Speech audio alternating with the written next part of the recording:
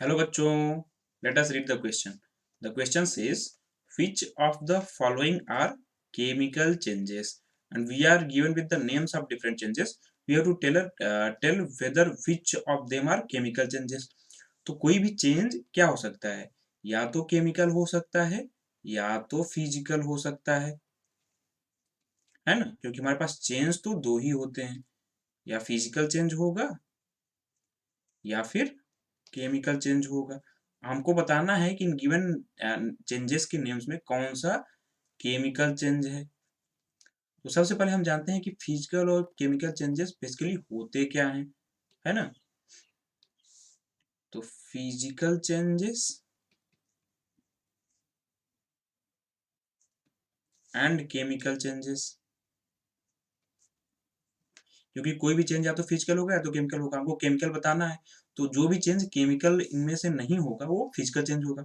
हम क्राइटेरिया ध्यान रख के फिजिकल केमिकल में क्लासीफाई कर देंगे, हमको आंसर मिल जाएगा। ठीक है, तो केमिकल चेंज क्या होता है?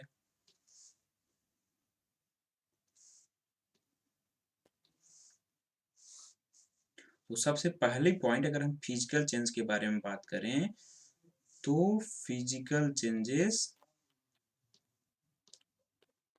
में कोई भी नया सब्सटेंस नहीं बनता। अब फिजिकल चेंज का एग्जांपल क्या है? जैसे एग्जांपल है freezing of water. Water freeze कर रहा है तो वाटर फ्रीज करके आइस बनाएगा। अब वाटर से आइस बन गया तो दिख कुछ अलग जरूर रहा है, लेकिन एक्चुअली आइस भी वाटर मॉलिक्यूल से ही बना है। यानी कोई भी नया सब्सटेंस क्या बना? नहीं बना। तो फिजिकल चेंज में कोई भी नया सब्सटेंस नहीं बनता।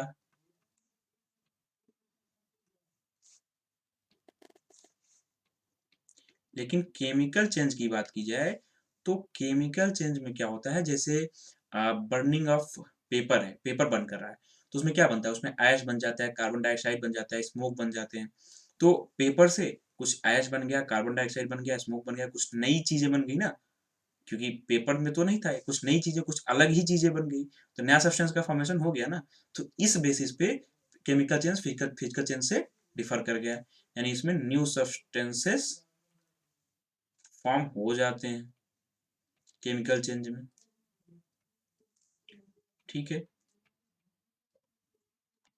अब फिजिकल चेंज के दूसरे पॉइंट की बात की जाए तो फिजिकल चेंजेस टेम्परेरी चेंजेस होते हैं। जैसे फ्रीजिंग ऑफ वाटर था, वाटर से आइस बना, आइस से वाटर बना, एक टेम्परेरी चेंज है, इसमें कोई परमानेंट चेंज नहीं है। इसको हम जब चाहें तब आइस से वाटर, वाटर से आइस टेम्परेचर को कम ज़्यादा करके प्राप्त कर सकते हैं। यानी ये एक टेम्परेरी चेंज है।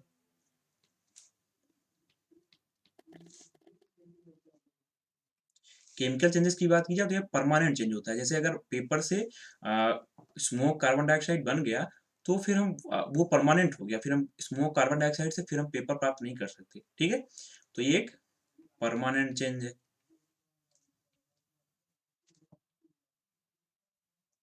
अब फिजिकल चेंजेस की एक और आइडेंटिफिकेशन क्राइटेरिया होती है कि रिवर्सिबल होते हैं।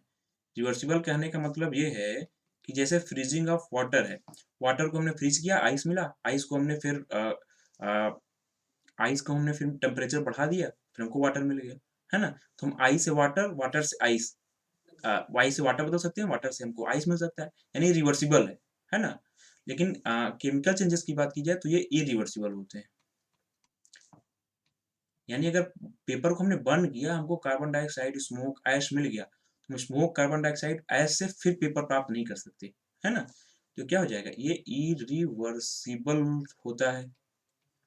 अब इन पॉइंट्स को ध्यान में रखते हुए हम क्लासिफाई करेंगे कि इन गिवन चेंजेस में कोई भी चेंज फिजिकल चेंज है या फिर केमिकल चेंज है ना। तो देखते हैं, हमारे पास सबसे पहले है ग्रोथ ऑफ प्लांट। अब ग्रोथ ऑफ प्लांट की अगर रिवर्सिबिलिटी के बेसिस पे बात करें तो प्लांट ग्रो कर रहा है। प्लांट जब ग्रो कर गया, पहले छोटा था फिर बड़ा ट्री बन गया, यानी प्लांट ग्रो कर गया। तो क्या ये रिवर्सिबल है? क्योंकि फिजिकल चेंजेस की जो पहचान होती है कि वो रिवर्सिबल होनी चाहिए। लेकिन जब एक बार ग्रोथ हो गई, प्लांट बड़ा हो गया, तो हम उसको छोटा कर सकते हैं? नहीं कर सकते। यानी ये इरिवर्सिबल है। अगर इरिवर्सिबल है तो कौन सा चेंज हो जाएगा? केमिकल चेंज, है ना।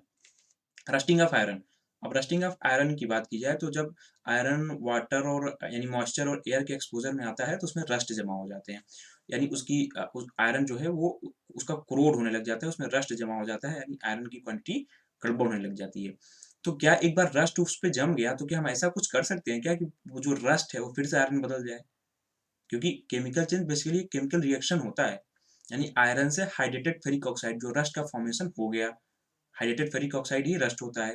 तो हम हाइड्रेटेड फेरिक ऑक्साइड यानी रस्ट से फिर हम आयरन क्या प्राप्त कर सकते हैं क्या? नहीं, ये भी इरिवर्सिबल है। रस्टिंग ऑफ आयरन भी एक इरिवर्सिबल प्रोसेस है, और अगर इरिवर्सिबल प्रोसेस है तो इरिवर्सिबल किसकी पहचान होती है? केमिकल चेंज की। यानी रस्टिंग ऑफ आयरन भी कैसा चेंज हो गया? Chemical change.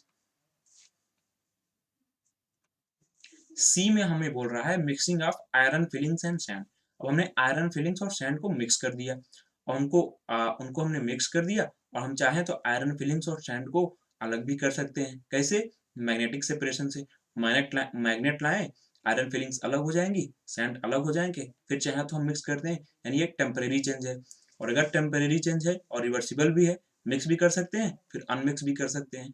टेम्परेरी है और इरिवर्सिबल है तो ये पहचान किसकी है? फिजिकल चेंज का। यानी मिक्सिंग ऑफ आयरन फिलिंग्स और सैंड कैसा चेंज हो गया? एक फिजिकल चेंज हो गया।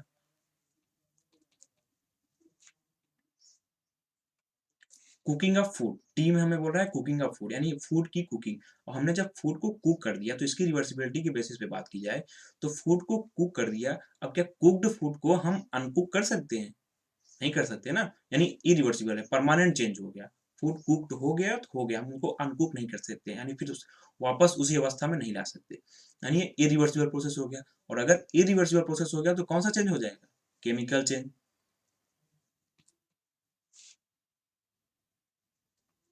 डाइजेशन ऑफ फूड, अब फूड जो हम लेते हैं तो फूड का डाइजेशन होता है। सिंपलर और सोल्यूबल सब्सटेंसेस जैसे glucose, fatty acid, glycerol, proteins, peptones बन जाते हैं।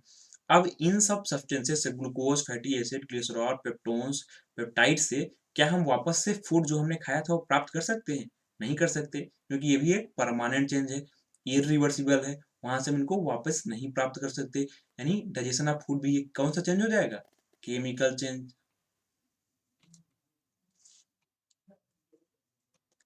एफ की बात की जाए तो freezing of water. Freezing of water के बारे में हमने चर्चा की थी। वाटर को अगर हम फ्रीज करेंगे टेम्परेचर डाउन करके तो वाटर आइस में बदल जाएगा, लेकिन क्या इसमें कोई नया सब्सटेंस बना क्या? कोई नया सब्सटेंस तो नहीं बना, एक्चुअली वाटर मॉलिक्यूल्स ही हैं आइस के अंदर भी। पहली बात। दूसरी बात कि अगर ये टेम्परेरी चेंज है यानी रिवर्सिबल है, अगर हम वाटर को फ्रीज करके आइस बना लिए तो आइस को हम थोड़ा टेम्परेचर बढ़ा के वाटर भी प्राप्त कर सकते हैं, यानी एक रिवर्सिबल प्रोसेस है। और अगर प्रोसेस रिवर्सिबल है तो कैसा चेंज है? Physical change.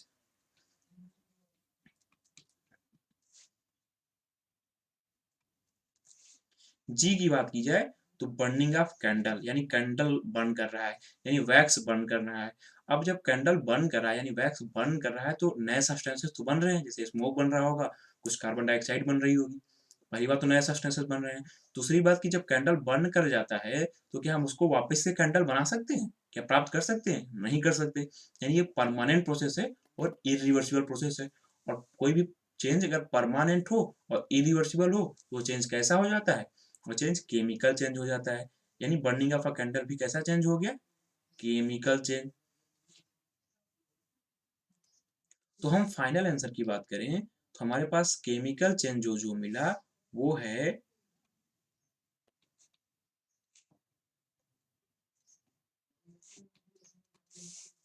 वो हमारे पास मिला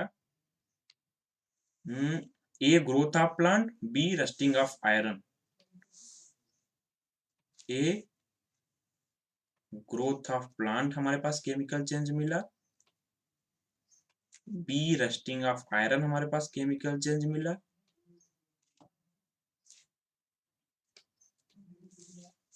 और क्या मिला हमारे पास केमिकल चेंज? और हमारे पास मिला cooking of food, digestion of food. D and E,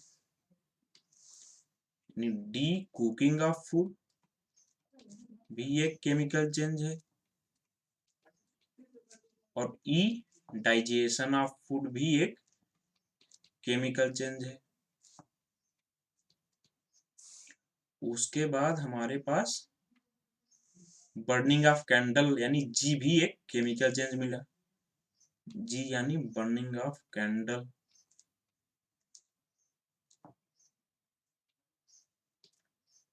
So this was all about this question.